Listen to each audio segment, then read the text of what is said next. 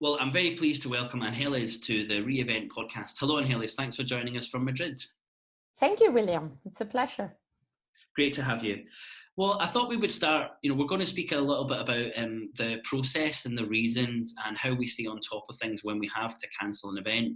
And I just thought we would start by finding out, I suppose, how many events have you run? How long have you been in the industry, and how did you get to where you are now? Wow, I started around 22, 23 years ago. So I have no idea the number of events I've run in my life, but a lot. So let's say that it's one of my biggest pleasure, and it's a bit of an addiction to do events. So many in my life, many in different perspectives, different industries, different values, to different people, nationalities and cultures. Do you think you're over 1,000? Oh yeah, definitely. Fantastic. Definitely. So out of those definitely more than 1,000, how many of those events have you had to cancel?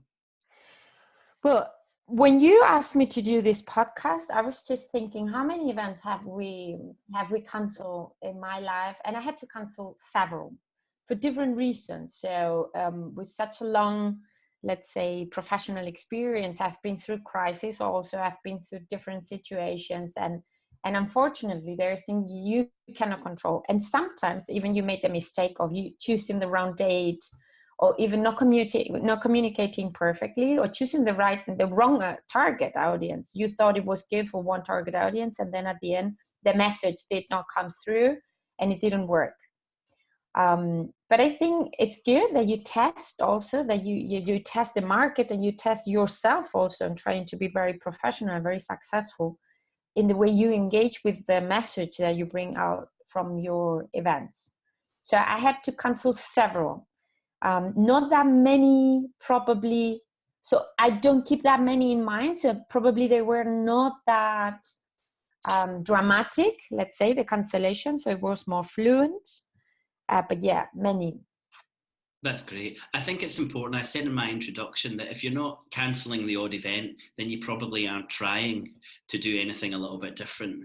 And I don't think you should be scared to say that you tried something that was a little bit different and it didn't work. Some events were okay, we can cancel, there's no real problem. We were speaking earlier and you said there was one really big event, a multi-million-dollar event that you had to cancel with really short notice. Could you tell us a little bit about that? Yeah, it was, to be honest with you, it was something that impacted myself because of the lack of control that we had of the whole situation. So the more you want to be risk assessed in this kind of operations, when you face clients and operations of millions of dollars, you are pretty obsessed in trying to be risk assessed. But there are always things out of your hands, out of your control, out of your legal frames and everything.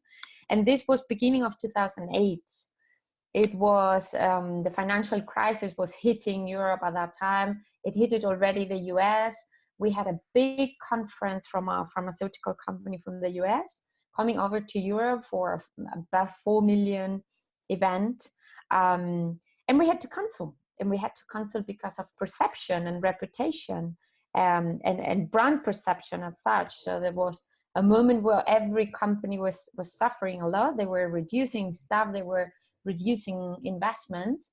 And there was not an option to continue executing this event that we had been working at that time already for 1.5 years, more or less. And it was only 3 weeks before the event was actually happening. So this was one of the biggest, and there was someone coming from the US, someone coming from another European city where the financial control was happening.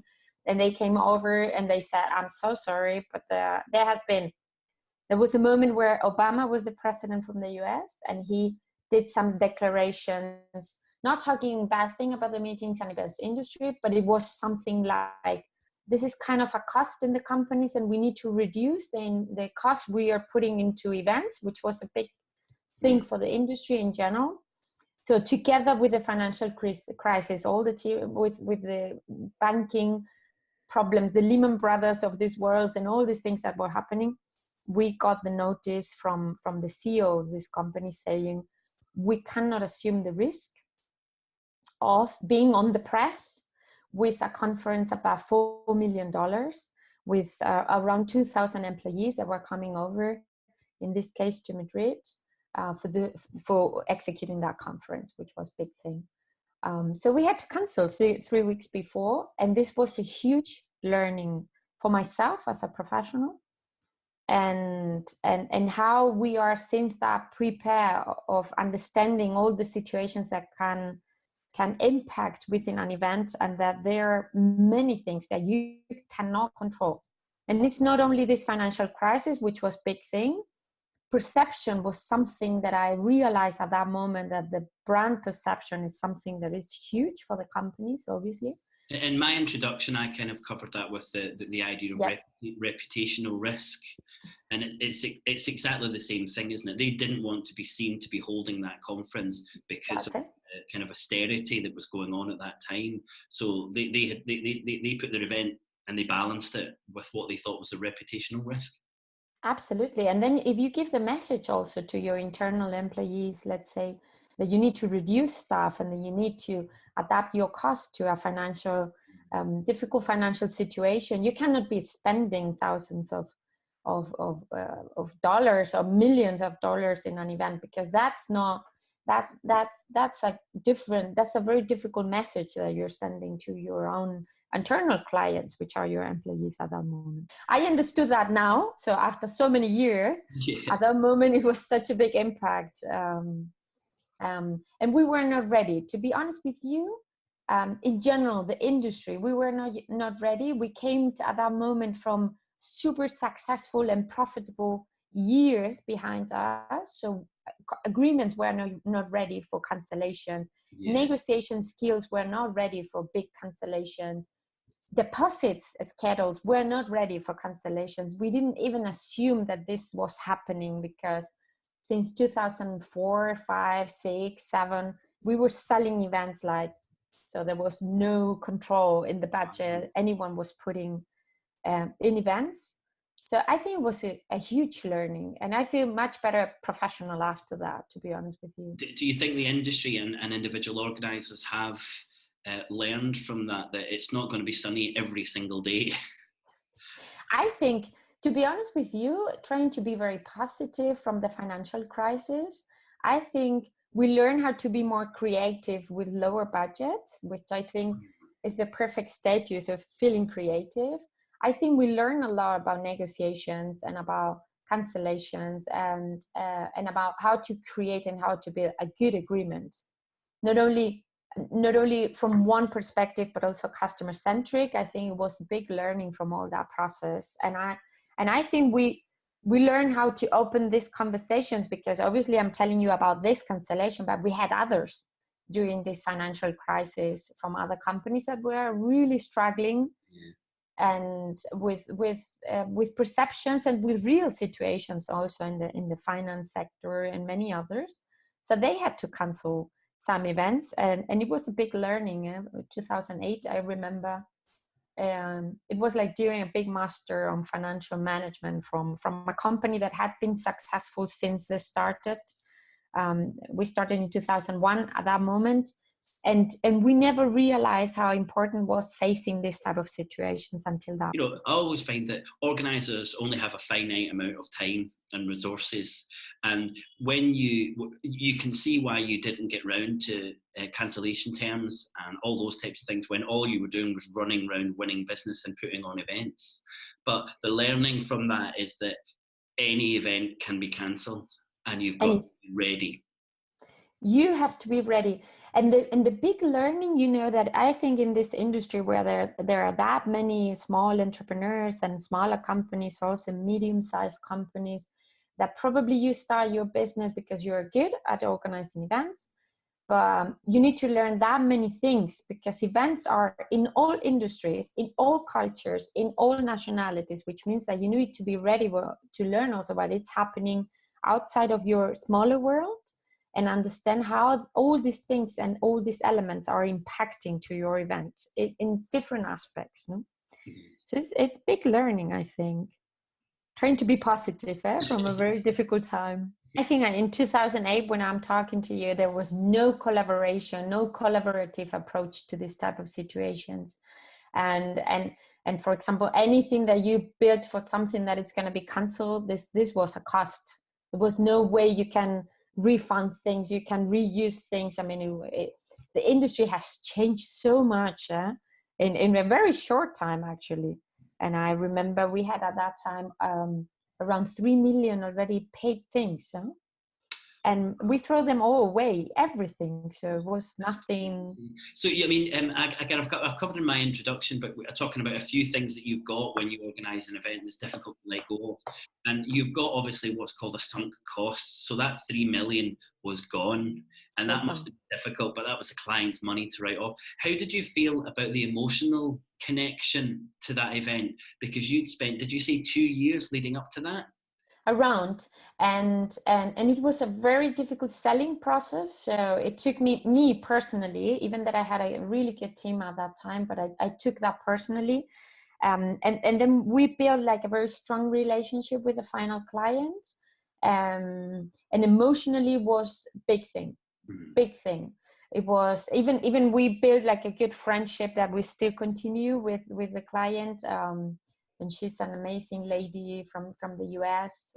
Actually, she's European, but based in the US. And for both, it was emotionally something really critical. I think it was like this realizing that really things above and out of your hands could happen, and there's nothing you can do. Because also we ask all the partners and suppliers to go beyond possibilities because of this huge event. And then we felt really bad I'm telling the people that it's going to be canceled, even that they have gone, above and beyond anything possible they could do. And I have to say the professional level at that moment from every single supplier that we were using was amazing. And the reaction was really incredible. Even that I think we really communicated very good, the process and what happened and the learnings. And we were super, not only from us, but also the final client was super transparent, honest, and very humble in the way they manage everything. So it was really elegant way of doing the whole process. The important point I wanted to make was it's great to have an emotional connection, but you can't let that cloud your judgment. And if you think it's the right thing to cancel an event, and I'd use my example of the World Whisky Weekender, there's nothing more I would rather be doing than organising a whisky weekend this week. It would be incredible, but the correct decision was to postpone effectively, but was not to run that event and look at it again. And you can't let your connection, your emotional connection, cloud your judgment, because, as you said, some events have to be cancelled. There's no other way you can look at it. So going back to your point about communication, how important do you think that is when you cancel an event? I think it's crucial that you build a crisis communication process. And from a stakeholder perspective, let's say that it's not you communicating, but it's also what the stakeholder needs to know, to understand how they need also to justify internally the process, what happened, what's in for the future and everything. And I think it's a great moment to build a good legacy and a good learning for the whole industry. I still remember from that process that I was telling you, in the way we managed that situation of the cancellation with so many stakeholders in the whole city, even the city council, I mean, everyone, imagine this kind of events. I was giving conferences for years afterwards in how we managed the whole process, because it was put as an example. Bad situation.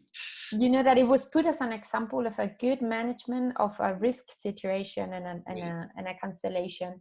And for me, the biggest principle at that moment was we committed to some agreements. Some are signed, some are not even signed, because we were, this is like the Spanish way of doing things, but we were committed. So we need to go back to every single responsibility that we assume. We need to communicate perfectly. We need to open doors for the future. We need to see what happened with the deposits, how we can use that for the future, how we can give back to the society, to the community, how we can make a learning out of all this situation. This was the biggest principle And I always thought we are in this situation for a reason. And probably it's because we need to learn also that situation, and we learn a lot also about internal way of protecting also ourselves and how our agreements need to be built. How do we have to train our staff, our senior staff for negotiations? So it was a big thing. I remember that very positive in that sense. And yeah, I think I gave conferences after that of a good, how was the title? It was like a good management of a cancellation or something like this, or transparent management of a cancellation, because everyone was very happy at the end of the day. Even the impact was huge for the city, no, and for the industry. And that's a really strong word to pick out from that, I think, was transparency. And when you cancel an event, you can't pretend that you cancelled it for other reasons. I think you have to be really clear, and you have to be honest with everyone. I was wondering, after when you were talking about your learning from that, did you ever implement anything I would kind of describe as a traffic light system? Absolutely. So from that situation in 2008, we built, we don't call it traffic light, but I like the name, absolutely. So we created like deadlines, where the moment where you need to have a certain number of participants or some, I don't know, commitments from, at that moment in 2008, we were doing events for other companies always. Now, for example, with my new company, I'm doing events so we are building events ourselves. So then we have this system more clear, like we launch here. This is a communication strategy. At that moment, we need to have that many people confirmed. If we are not getting there, then we need to rethink. We need to call people. We need to check dates. We need to check the message. We need to rethink the message. We are not getting through what is happening. So, and this is like a constant system of understanding. Not only we get number of people, but we get the right people in the event, which is a crucial thing. But it's a big change from being an agency being an event owner as such, where you assume more risk in that sense, no? But after a while, it becomes pretty second nature, doesn't it, to realise that these key points, you have to reach these milestones with a certain percentage of revenue or engagement or coverage, or however you're measuring your objectives. That's it.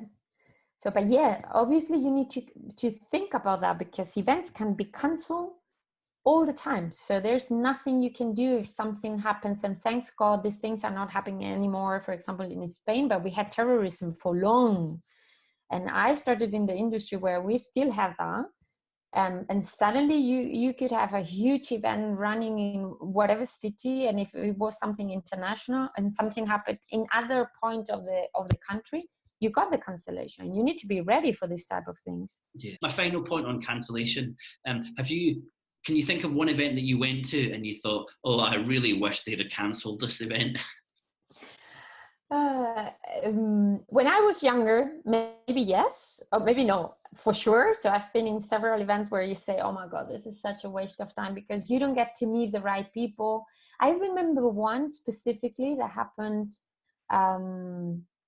I'm not going to say the country because someone could be offended, and it's not my intention.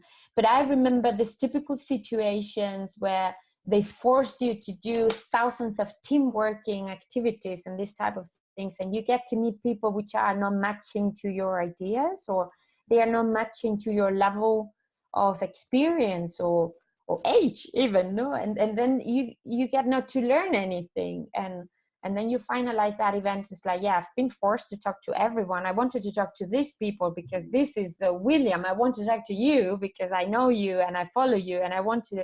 But no, I was forced to talk to other people all the time in this kind of team building activities some years ago that were no control. They were overwhelming and there was no strategic at all.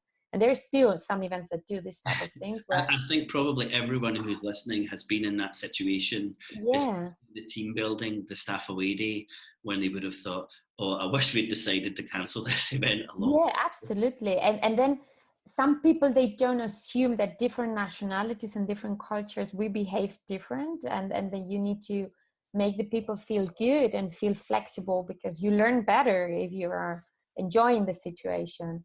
So some years ago, when this thing of the super mega team building activities were happening all the time, I regret some situations where I was saying, oh my God, what I'm doing here.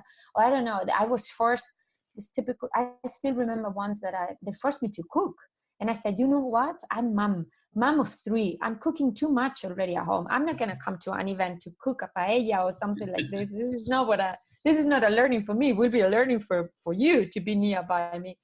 And these things where there have been so many events not thinking about the needs and the perspectives of the stakeholders attending, of the participants. They have been only thinking on the perspective of the organizers. And I think, thanks God, this is already changing a little bit, not too much, but it's getting better, and you feel more free, you are more relaxed in that sense, and you get to concentrate in the way you learn, because it's not the same for everyone.